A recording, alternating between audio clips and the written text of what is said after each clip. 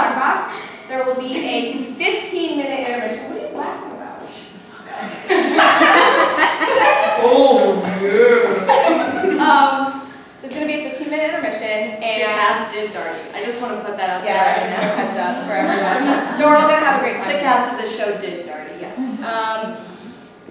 Anything else you want to say? Yeah, so there was an oversight in the playbill, and Maggie Rodriguez is not listed as an author, we believe. So just for your information, she wrote the first and last pieces of the first act. Both pieces blow me away, so I thought it was important that you all know that that's who wrote it. She's sitting over there.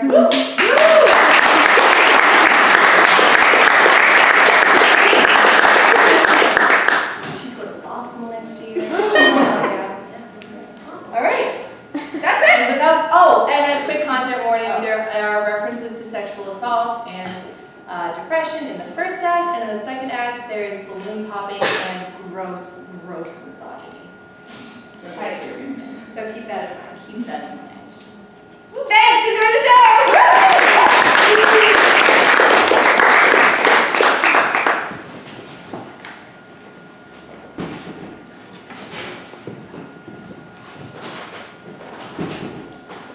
If I am to be a flower, it is the Venus flytrap I have between my legs. The goddess of love lords over me and selects the next prey. Because far too many sisters have been desecrated, and I will not allow my body to be anything. Anything, if not a hollowed land. I am not the victim here. I am carnivorous. My beauty called you in like a siren, and your gluttony compelled you to put your selfish hands on me.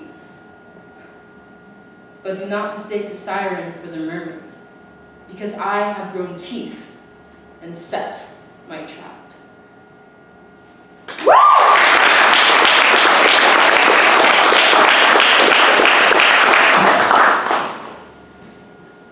This year really sucked. Like, monumentally sucked. They should erect a statue in honor of me living through it, because I almost didn't. I fell in love this year. Everyone tells you about the joy of love, the fluttering heart, the excitement to see him, the will to do better, the fun and laughter associated with being in his presence. No one tells you that he might be a girl. No one tells you how much that can hurt. I came back to school and said I'm home. I was so fucking excited for this semester. And it started off really well. I had things to do, I had friends, I had people who cared. I had hope. She's a force of nature, voice like the wind, strong and stormy when her defense is up, soft and gentle when she feels safe. She would tease me with that voice. She only teased the people she cared about. Then I fell apart. It started slowly, a harsh thought, once in a while, comparing myself to other women, hoping for love that I had shut myself out of. No goal seemed attainable. A late assignment was the last straw, then I fell apart. Everything seemed like the end of the world, and some things were. The woman I loved more than anything was at risk of dying. She made me happy to be alive. Every moment with her I smiled until my face broke and the light of pure joy streamed out. And she smiled back. There were so many nights where I felt so bad I couldn't sleep. I imagined her laying her head in my lap, calm, relaxed, telling me about some crazy project she was planning, running my hands through her hair and listening, both of us smiling.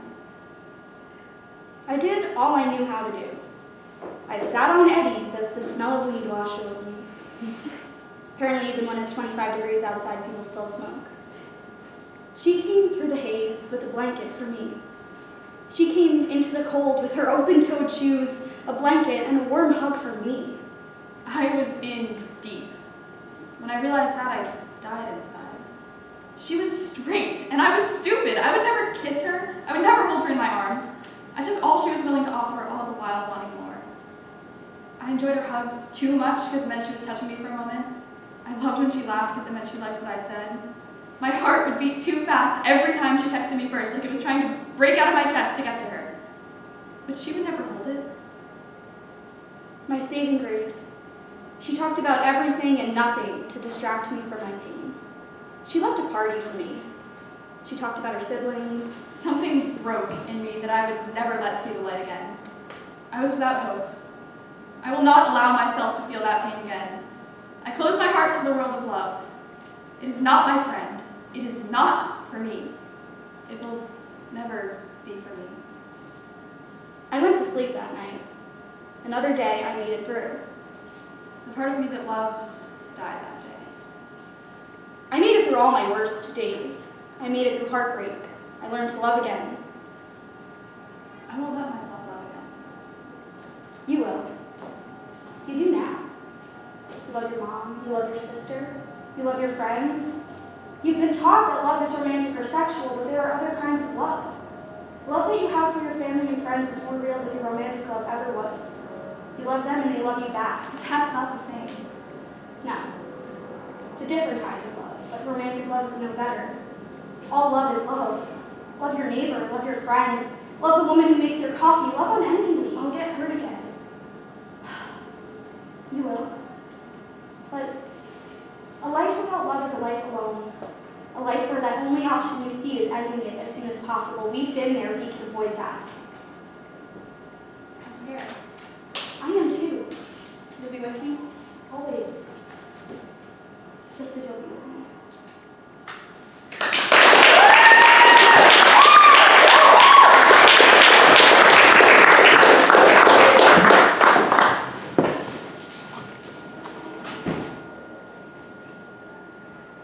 There's a screen, and I forget in my best moments.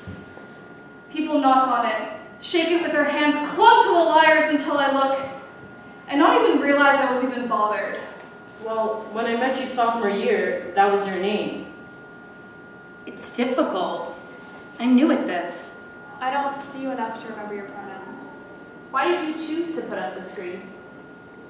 The screen becomes blurred and porous as it starts seeping in.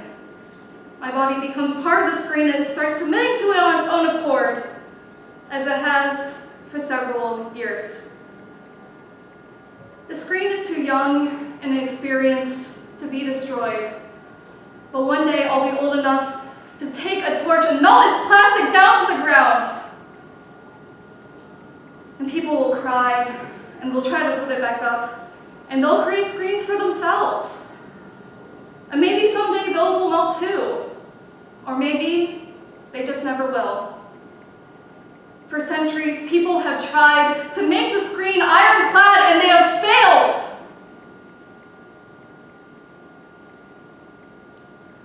But even more will rejoice.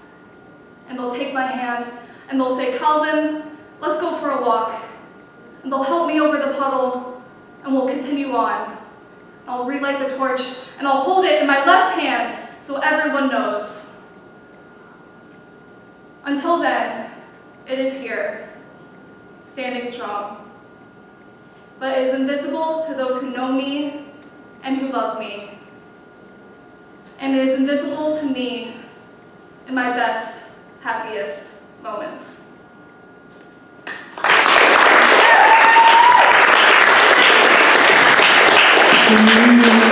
Bye.